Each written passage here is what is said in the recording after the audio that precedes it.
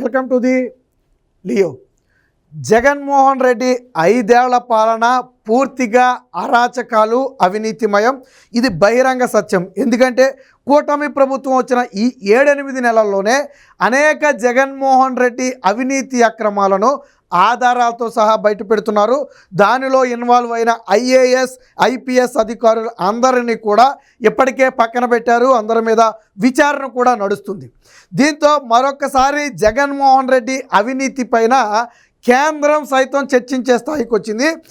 గతంలో కేంద్రంతో సఖ్యతగా మెలిగి రాష్ట్రంలో జరుగుతున్న అవినీతి అక్రమాలు కప్పిపుచ్చుకుంటూ వచ్చిన జగన్మోహన్ రెడ్డి ఏ రోజు కేంద్రానికి తన అవినీతి చేరకుండా జాగ్రత్త పడుతూ వచ్చిన జగన్మోహన్ రెడ్డి ఈరోజు కూటమి ప్రభుత్వం వచ్చిన తర్వాత తవ్వి తీస్తున్న అవినీతి అక్రమాలు చూసి కేంద్రం సైతం విస్మయం చెందిందంట.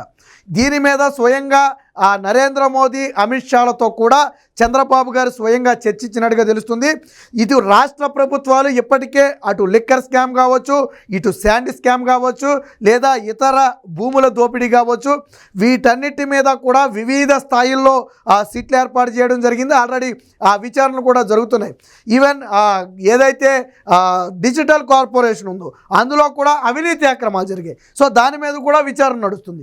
ఇలా మొత్తంగా జగన్మోహన్ రెడ్డి హయాంలో జరిగిన అవినీతి అక్రమాల మీద పూర్తి స్థాయి విచారణ అయితే జరుగుతుంది. దీనికి సంబంధించి ఈవెన్ మంత్రి రోజా మీద కూడా ఒక సిట్ని అయితే ఏర్పాటు చేశారు. విజిలెన్స్ కమిషన్ విచారణకు ఆదేశించారు ఆడుదామాంధ్ర స్కామ్కు సంబంధించి.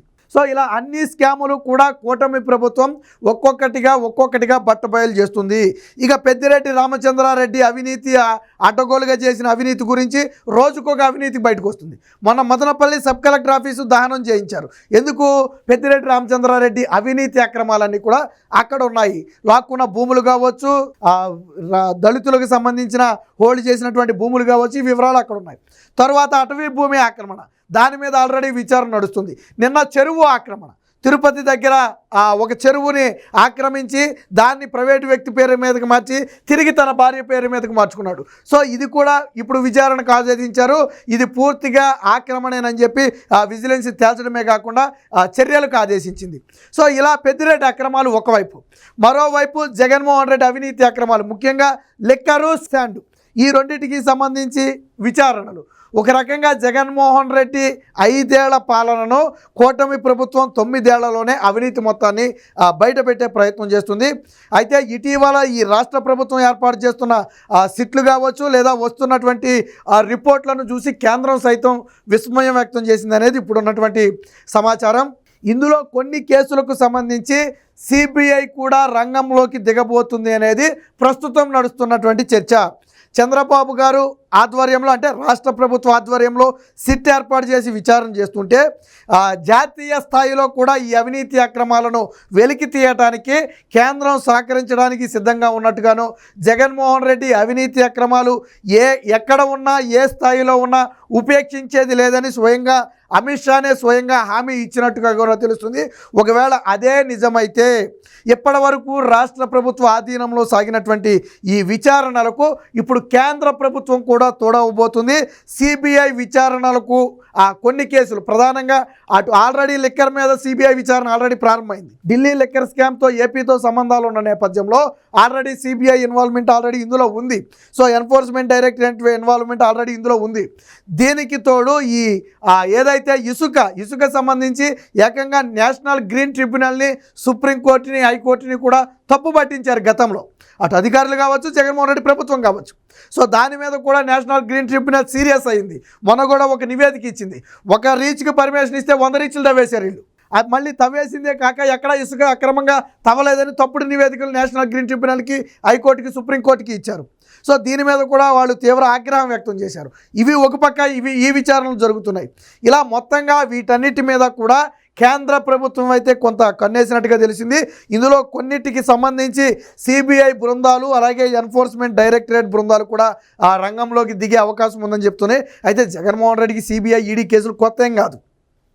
అసలు జగన్మోహన్ రెడ్డి అక్రమాస్తుల కేసులన్నీ ఉన్నదే సిబిఐ దగ్గర, ఈడీ దగ్గర.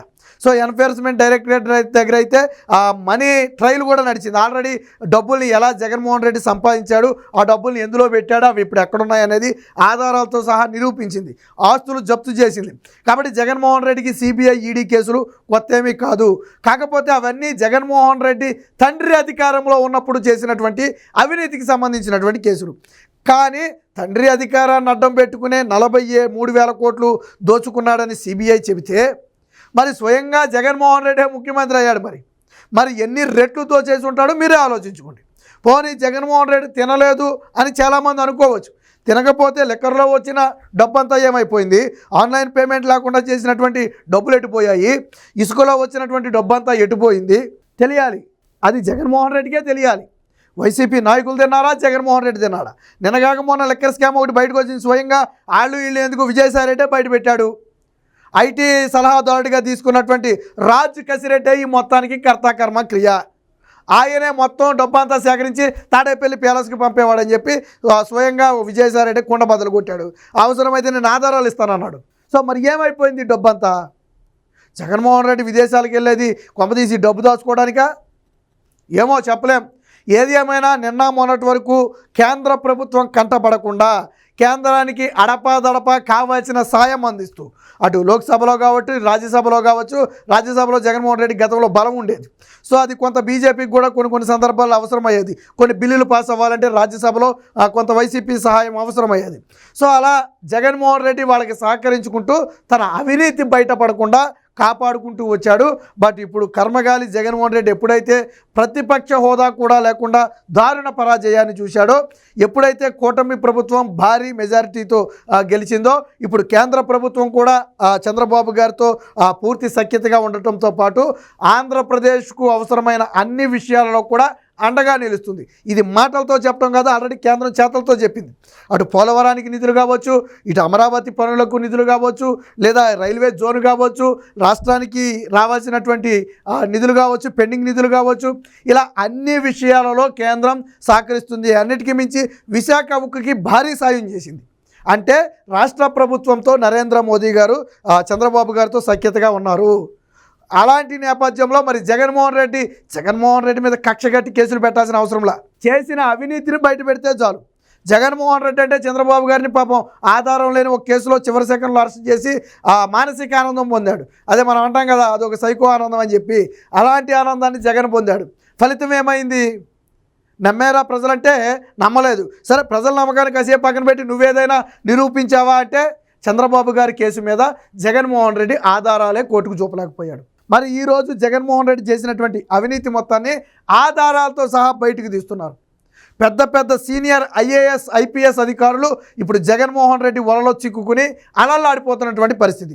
వాళ్ళందరి మీద వేటు వేశారు. వాళ్ళ మీద విచారణలు జరుగుతున్నాయి. ఇలా 1 కాదు 2 కాదు అనేక రకాలుగా రాష్ట్రాన్ని విధ్వంసం పాలు చేశాడు. అయితే జగన్మోహన్ రెడ్డి అవినీతి అక్రమాలు పూర్తిగా బయటకు తీయటానికి కేంద్ర ప్రభుత్వం గ్రీన్ సిగ్నల్ ఇచ్చింది అనేది ఇప్పుడు నడుస్తున్నటువంటి చర్చ. ఒకవేళ అదే గన నిజమైతే, రాష్ట్ర ప్రభుత్వానికి కేంద్ర ప్రభుత్వం కూడా తోడైతే ఖచ్చితంగా జగన్మోహన్ రెడ్డి ఆటలు బంద్ అయినట్టే. ఎప్పటికే రాష్ట్రంలో తల ఎత్తుకోలేక జగన్మోహన్ రెడ్డి బెంగళూరు ప్యాలెస్లో తలదాచుకునే పరిస్థితి. నరేంద్ర మోదీని ఈ రోజు కూడా జగన్మోహన్ రెడ్డి పల్లెత్తి మాట అనలేని పరిస్థితి. కూటమి ప్రభుత్వంలో చంద్రబాబుని తిట్టిన జగన్మోహన్ రెడ్డి ఎందుకు నరేంద్ర మోదీని తిట్టలేడు? పవన్ కళ్యాణ్ని చంద్రబాబుని అయితే ఒంటికాల మీద లెగిస్తావు కదా, మరి ఎందుకు నరేంద్ర మోదీని తిట్టలేడు అంటే జగన్మోహన్ రెడ్డి జుట్టు నరేంద్ర మోదీ చేతిలో ఉంది, కేంద్రం చేతిలో ఉంది. ఇప్పుడు అదే కేంద్రం జగన్మోహన్ రెడ్డి అవినీతి అక్రమాల మీద విచారణకు గ్రీన్ సిగ్నల్ ఇస్తే, కేంద్ర బృందాలు రంగంలోకి దిగితే జగన్మోహన్ రెడ్డికి మళ్ళీ శ్రీకృష్ణ జన్మస్థలమే. ఏదైతే 16 నెలలు జగన్మోహన్ రెడ్డి జైల్లో ఉండి వచ్చాడో మరొకసారి ఆ జైలు జీవితాన్ని గడపడానికి కూడా సిద్ధంగా ఉండాలి. ఏది ఏమైనా ఇప్పుడు కేంద్రం గ్రీన్ సిగ్నల్ ఇచ్చిందనే అంశం మీదే వైసీపీలో అయితే ఒక్కసారిగా ఉలిక్కిపాటు వచ్చింది. దీనికి సంబంధించి ఒకవేళ అదే నిజమైతే జగన్మోహన్ రెడ్డి పరిస్థితి ఏంటి, జగన్మోహన్ రెడ్డి అరెస్ట్ అయితే వైసీపీ పార్టీ పరిస్థితి ఏంటని ఇప్పటికే అంతర్గతంగా చర్చలు కూడా మొదలయ్యాయి. Please subscribe to Leo News for more videos.